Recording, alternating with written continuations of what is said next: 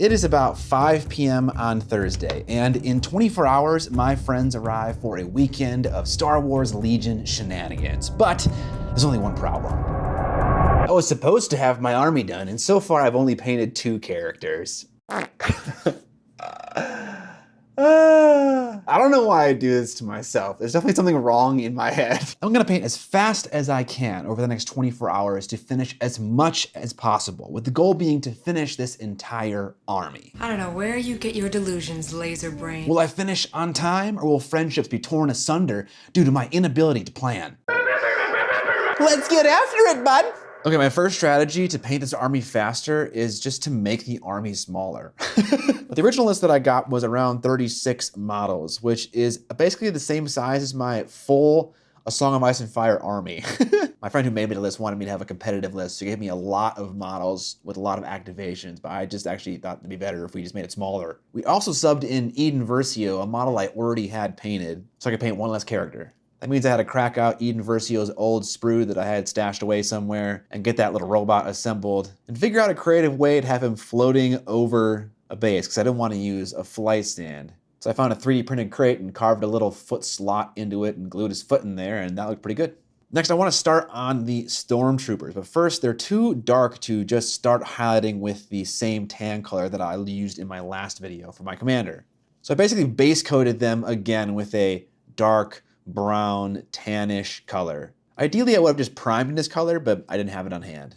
The next way I'm saving time is by only painting one unit type. For my riot guys, I'm also going to paint 2 different kinds of troopers, but to just keep it simple, I'm painting just the Stormtroopers, and I figured those are easier to paint because they're like 95% one color. Next step is to now apply some of that khaki color Light Earth from AK Interactive, and this time a little bit more sparingly, but still kind of all over. But I am keeping some of that chocolatey tan color around in the deeper shadowed parts still.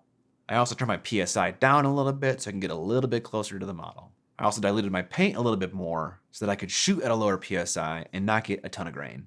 At first, I thought I was going to do one more intermediate highlight. After mixing a few and trying them out, it felt like a waste of time, and I felt like I could jump straight to white. So I busted out my favorite white paint to use in the airbrush, and that is Tamiya Flat White. I probably over-thinned it a little bit, but despite that, it allowed me to go slow and get super buttery smooth blends. Seriously, no other white paint comes out of an airbrush quite like Tamiya White does, and it doesn't cause dry tip anywhere near as much as other paints I've used in our hobby. I went slow and I pulsed mostly air and a tiny bit of paint at one spot for a few times until I saw a highlight start to develop. I want to be able to see some of this warmth still from the tabletop, so I don't want the white to totally dominate it, but I want the white to be strong in certain important areas like the head, shoulders, chest, knees, hips, etc. It's hard to do this, maintain that yellow color while also having bright white highlights. The airbrush has a tendency to kind of get everywhere. With the highlighting all done, I can now move on to shading, and I do that with a mixture of 3 different inks: fluo red, yellow, and black. I had to dilute this a lot because it's very strong going over a very bright undercoat. I'm just trying to get it to look like the Imperial agent that I painted in the last video. And as it stands right now, with only the highlights applied, it's missing a little something. And I'm hoping this bright and saturated shadow can bring that something. We'll see. When you're painting for hours on end, one thing you might need is an ergonomic office chair, like the one I've been sitting in this video from our sponsor, Sihoo. They sent me their Doro C300 Pro V2, and the chair feels like it's hugging me 24/7. This chair is fully ergonomic and has features that an aging painter like me will appreciate. The Doro C300 Pro V2 has a Dynacore system for full-body adaptive support, meaning that each element of this chair moves in sync with one another. Notice how when I recline, the arm rests recline with the chair instead of staying in a static location. This office chair also employs a SynchroFlex system for personalized fit and dynamic tracking, meaning that you don't even really need to adjust parts of the chair because they conform to your body, especially the parts that touch your back. I like to paint with a high desk and my wrists resting on the edge of the table, and normal office chairs stay horizontal, leaving your forearms unsupported. With the Doro C300 Pro V2, however, the 8D bionic armrests allow for so many different adjustment points that you can support your forearms. As I get older, I get more prone to back injury. I just actually kinked my back working on my car, and the self-adaptive dynamic lumbar support of the Doro C300 has been really great. It also features 3 adjustable levels, and the support follows me around as I recline in the chair, supporting my frail lower back no matter where I'm at. If you want to pick up your own Sihoo Doro C300 Pro V2, you can find them linked in my description below. Back to hopelessly painting my Legion army a mere 24 hours before my friends arrive. With all the highlighting and shading done, I now need to do the all-important recessed shade on this white armor to make all this lovely detail pop. And I wanted to try out a new product this time, and that was the Villainy ink set. But first, I gotta figure out what the heck these colors are. What exactly is the color of Grime of Goon? Goon's Grime. You never know until you try. Death and Decay? Okay, it's that color. And actually a really nice minty color. I like that. With a nice glossy undercoat and my mixture of enamel paint being 1 part Blighted Ochre to 3 part Goon's Grime, I set about doing my enamel washing. This stuff worked pretty dang well. It has some of the same problems that my oil washes have. Like I need to constantly mix it because it's separating in the little dish that I have. One thing that it doesn't do is after a few minutes, it doesn't turn super grainy on the model. The wash stays there as a nice thin brown line, which is what I've always wanted my oil washes to do. I think also enamel washes tend to dry faster than oil washes as well. Normally when I do my oil wash, I wait somewhere on the order of 12 to 18 hours for it to fully set up before I start wiping it away. But for this one, I'm gonna wait much less time. Right now it's about 1:18 a.m. I'm gonna wake up tomorrow at like 5 or 6 to get started back on this again. And that should probably be enough time for me to wipe away some of the excess enamel wash while keeping what I want. At least I hope. Good morning, Tatooine. It is 6 a.m. I slept for 4 hours and 40 minutes and I am ready to wipe away some enamel paint. And before this paint dried completely overnight and these are low-key ruined. Thankfully, that didn't happen. Honestly, I probably could wait a little bit longer for this enamel paint to be a little bit stronger, but it is wiping off with no mineral spirits and just a sponge very easily. This is how I wish oil paint would work.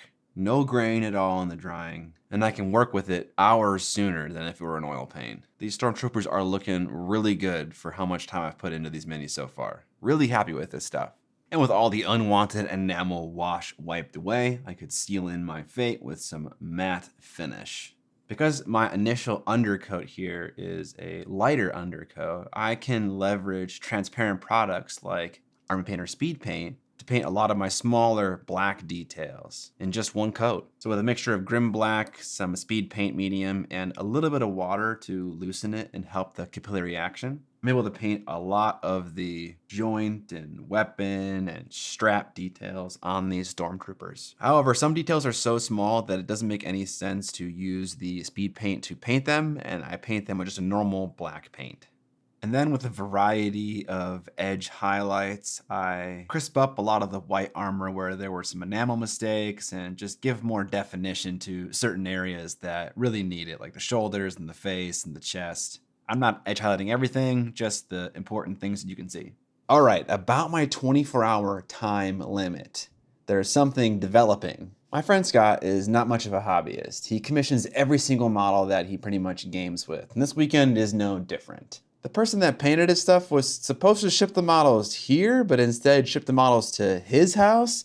And so before they leave today, they have to wait for those models to show up. And so when they arrive here today, it really depends on how good USPS is. Let's just say there's a fairly high chance that I'm gonna have more than 24 hours to paint the rest of my army, which, you know, I'm not complaining about. With the armor of the Stormtroopers done, we can now turn our attention toward the other large element on this miniature, and that is the shield. I'm gonna mask off the surrounding area so I can do some airbrushing and get some nice blends across this very large and flat surface. I'll begin with a black base coat and then highlight with cold colors like desaturated blues. I'm not thinking too hard about what this shield might look like in the real world. I'm just trying to get some big, fun, cool blends.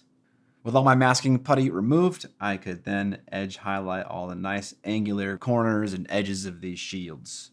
I want to do more to these shields. The little screen thing is begging for a clear piece of acetate, and the middle of the shield definitely would look good with an Imperial logo, but I just need to leave that for later and try to finish as much of these miniatures as I can. With the shield looking nice and crispy, I moved on to painting some of the silver parts on the batons, the shields, their harnesses, and elsewhere. And now for the finishing touches, all the little LEDs, lenses, etc. First, I'm going to base coat these little guys with some opaque titanium white. This will help my future colorful layers to be nice and bright and go on in one coat. Then, with a variety of colorful tones, I painted all the little buttons and also the eyes as well. And with that complete, I can base up my 2 Riot Trooper squads on my complete bases, and I have 2 finished units. Kinda. I say kind of because each unit of Riot Troopers here has 2 KX security droids attached to it. So if I really want to say this unit is done, I gotta paint these 4 guys.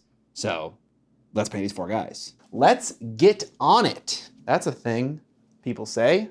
To make the KX security droids go faster, I wanted to apply my airbrush highlight in one step instead of several. To accomplish that, I took my regular blue highlight and mixed just a small amount of black in there. This allows me to airbrush with this paint in one step, not get too much grain, and still be bright enough to be a reasonable, worthwhile highlight.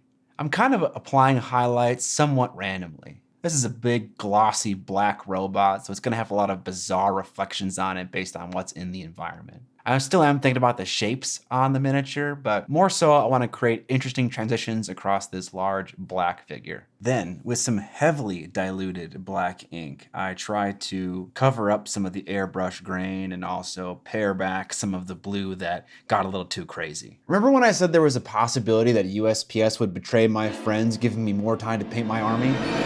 Yeah, that didn't happen.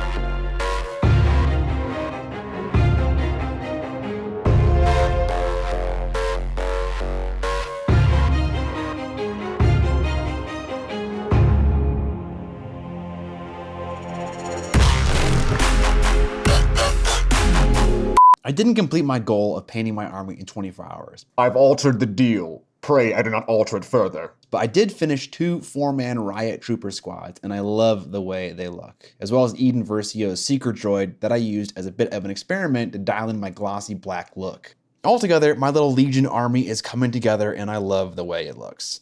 I also wasn't the only one in need of finishing some hobby that weekend. My friends came with terrain to paint, and when we dialed that in, the gaming began. It was a full-on Star Wars weekend. We played a few Legion games as well as some Star Wars Unlimited. While some of us played Magic Commander, a few others watched Maul Shadow Lord. We had food made by yours truly, but sadly, no blue milk. My friend Max even brought everything to play Sabacc. Official cards, dice, 3D printed chips, the whole works. It was an incredible weekend with friends, and it reminds me of why I do what I do. Getting to share your creative efforts with positive and supportive friends is such a massive reward for me, and seeing all the painted minis on the board with thematic terrain doesn't hurt either.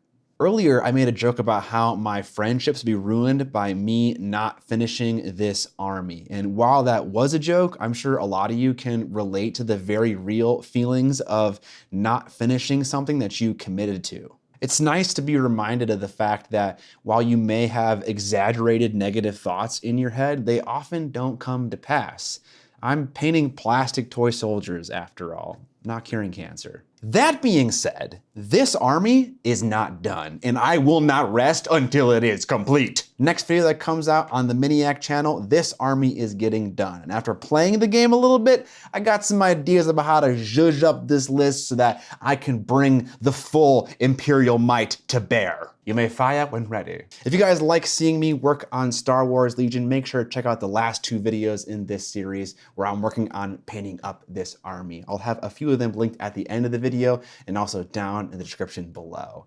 If you like this channel and you want to support it, there are a lot of ways to do that. Most importantly, checking out my web store, Miniac.co, and picking up some of my miniatures. I have some wood elves and some vampires, and also a bust of a cheerleader. Those come in a variety of scales, 75mm and 32mm. They also come in STL format for you 3D printers, at least the wood elves do. I also have some hobby tools as well, an awesome cutting mat, and a brush coffin for you to store your hobby goodies in when you're going to hobby night at your local friendly game store. And if none of that works for you, you can also buy hobby tools that I recommend and use using my Amazon affiliate links down in the description below. I get a little extra kickback at no extra expense to you. Subscribe or die! And most importantly, don't forget to...